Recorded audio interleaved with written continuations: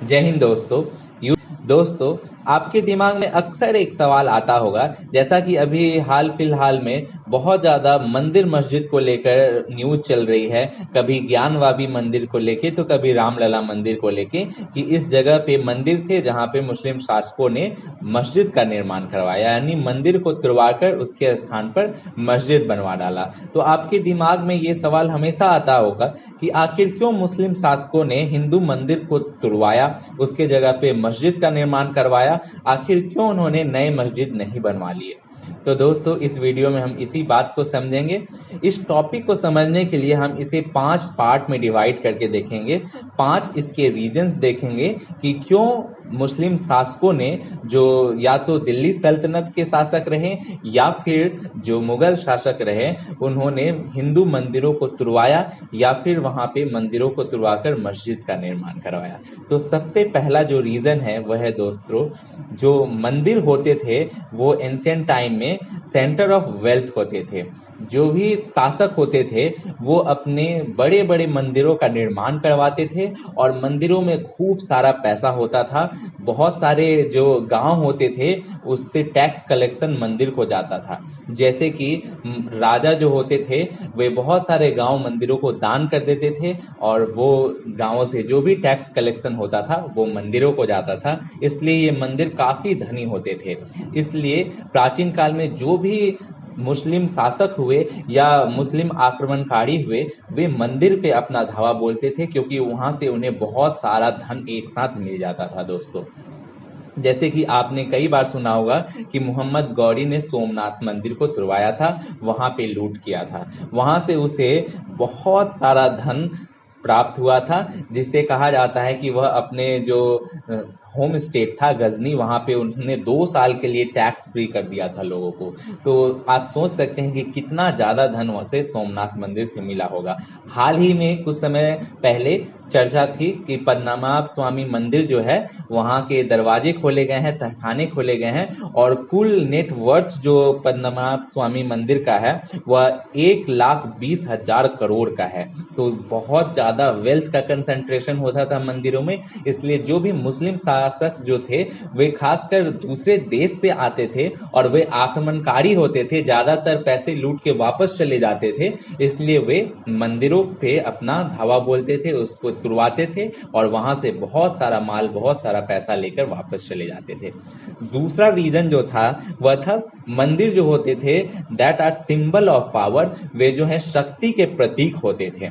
जो भी राजा होता था, जो बहुत प्रतापी राजा होता था, वह बहुत बड़ा मंदिरों का निर्माण करवाता था। जितना प्रतापी राजा होता था उतने बड़े बड़े मंदिरों का निर्माण करवाता था। चाहे आप चोल चालुक्य के मंदिर देख ले या फिर विजयनगर साम्राज्य के हम्पी में मंदिर देख ले, बहुत बड़े बड़े मंदिर बनवाए जाते थे।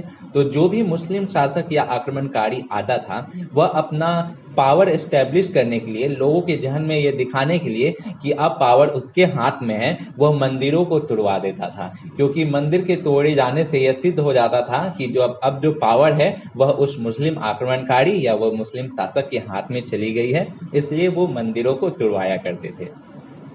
तीसरा कारण जो था, सबसे बड़ा कारण, जो कि मंदिरों के तुड़वा कर उसके जगह पे मस्जिद बनवाते थे, उसका कारण था कि मंदिर जो होते थे वो पहले से जब बने हुए होते थे तो उसके ऊपर मस्जिद बनाने में बहुत ज्यादा खर्च नहीं आता था। दोस्तों, वो जो थे मंदिर वो बहुत ही स्ट्रॉन्ग बेस प्रोवाइड करते थे, जिसके ऊपर मस्जिद आसानी से थोड़ा बहुत कंस्ट्रक्शन करके बनाया जा सकता था, जो कि काफी कम समय में बन जाता था। अगर नए मस्जिद बनाए जाते तो उसमें काफी वक्त लगता, लॉन्ग टाइम टेकिंग प्रोसेस होता और उसके साथ ही बहुत ज्यादा पैसे भी खर्च होते।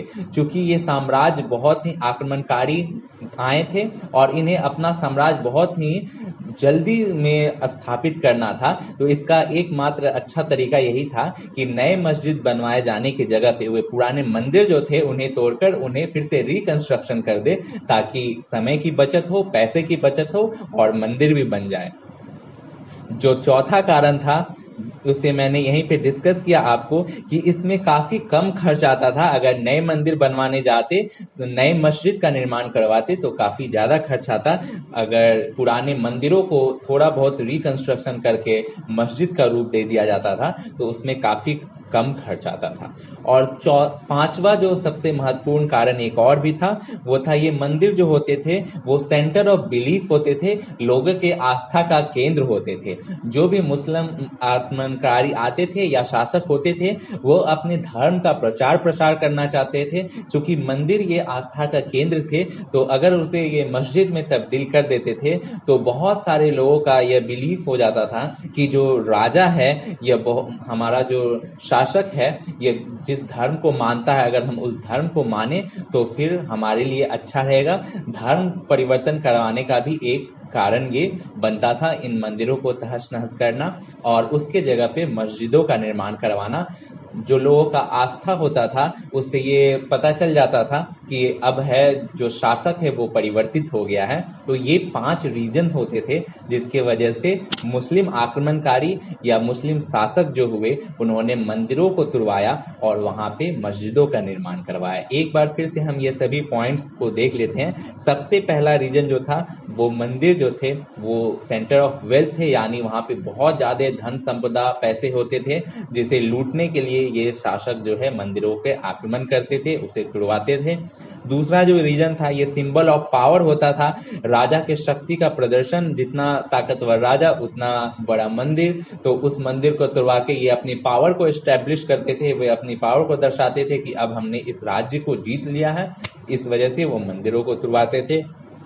तीसरा जो कारण था ये था कि अगर वो मस्जिद बनवाते थे तो उसके लिए मंदिर जो थे वो स्ट्रॉन्ग बेस प्रोवाइड करते थे जिसके ऊपर आसानी से मंदिर बनाए जा सकते थे। अगर फिर से नए मंदिर बनाए जाते तो उसे जो उसका नींव होता है वो बनाना पड़ता, उसे खोद के बनाना पड़ता, जिसमें काफी लंबा वक्त लगता।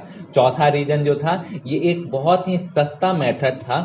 अगर नए मस्जिद बनवाए जाते तो उसमें काफी लंबा वक्त लगता और बहुत ज्यादा पैसे की खर्च होती। चूंकि ये आक्रमणकारी अपना शासन बहुत ही तीव्र गति से स्थापित करना चाहते थे, इसलिए इन्होंने मंदिरों को तुड़वाकर थोड़ा बहुत उसमें रिकंस्ट्रक्शन करके उसे मस्जिद बनवा दिया ताकि बहुत कम खर्चे में आसानी से मस्जिद बन जाए। और पांचवा जो रीजन था वो सेंटर ऑफ बिलीफ थे मंदिर, जिन्हें वो तुड़वाकर अपना जो नया बिलीफ सिस्टम था, अपने नए जो धर्म का प्रचार प्रसार करना चाहते। उम्मीद है आपको ये टॉपिक अच्छे से समझ में आया हो, और अगर वीडियो पसंद आया है तो आप इसे लाइक जरूर करें और चैनल को सब्सक्राइब करें। और आपके कोई भी क्वेरीज हैं तो आप कमेंट सेक्शन में पूछ सकते हैं। धन्यवाद।